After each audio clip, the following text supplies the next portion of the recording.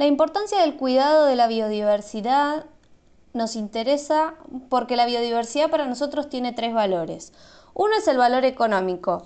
Este está relacionado con la biodiversidad como proveedora de las materias primas a través de las cuales nosotros obtenemos beneficios económicos.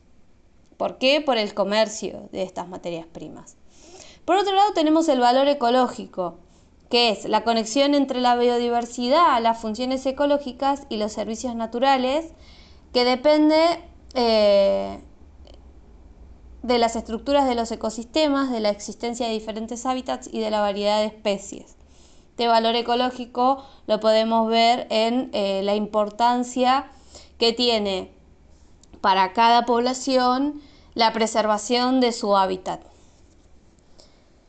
Y por último, un valor intangible que está regido por los valores que no pueden ser cuantificados en términos materiales, sino que se representan en el cuidado del medio ambiente o en el amor a los animales, por ejemplo.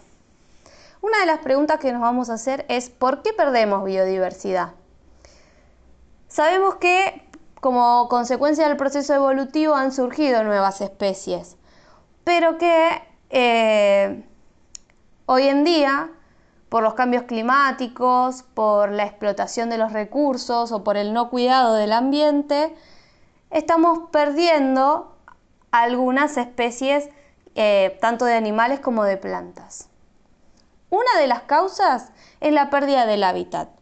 El hábitat es el lugar donde vive un organismo, una población o una comunidad. La pérdida de este hábitat, la alteración o el deterioro, constituye el factor que causa más pérdida de biodiversidad, es decir, el mayor número de extinciones en la Tierra. Cuando hablamos de la alteración del hábitat, hablamos de también cuando nosotros intervenimos en un ecosistema para poder extraer materias primas.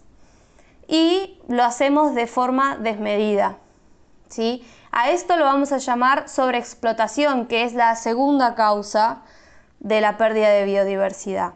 Cuando nosotros sobreexplotamos los recursos naturales, cuando aplicamos irracionalmente y descontrolada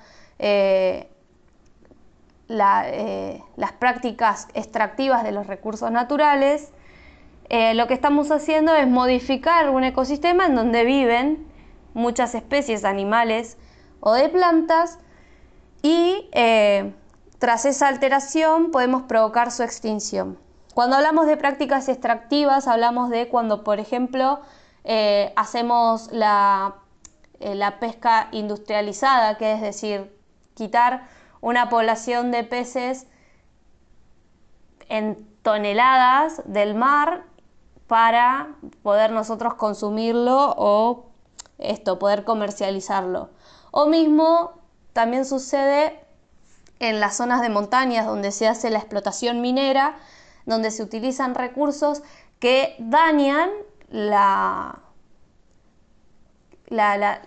ambiente en donde también viven personas, y lo que sucede es que los recursos que se encuentran en ese ambiente se contaminen y generen problemas de salud en esas poblaciones, causando su posible extinción. Y por último, tenemos la contaminación ambiental como el tercer factor de pérdida de biodiversidad. Esta se debe al aumento de la población mundial y el desarrollo tecnológico. Un poco viniendo de la mano anterior, la alteración de las condiciones de los ecosistemas y los fenómenos que se van originando a raíz de esto condiciona la supervivencia de muchas especies.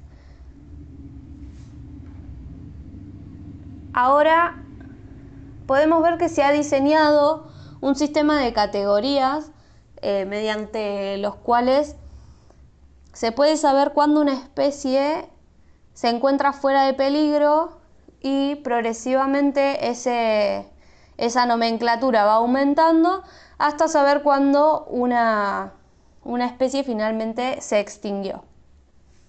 Dentro de esas categorías tenemos fuera de peligro, como la la categoría que refiere a cuando la especie está con bajos números poblacionales, pero que está en continuo aumento, es decir, no hay peligro de quedarnos sin esa población. Y ya después empezamos a tener categorías que demuestran un cierto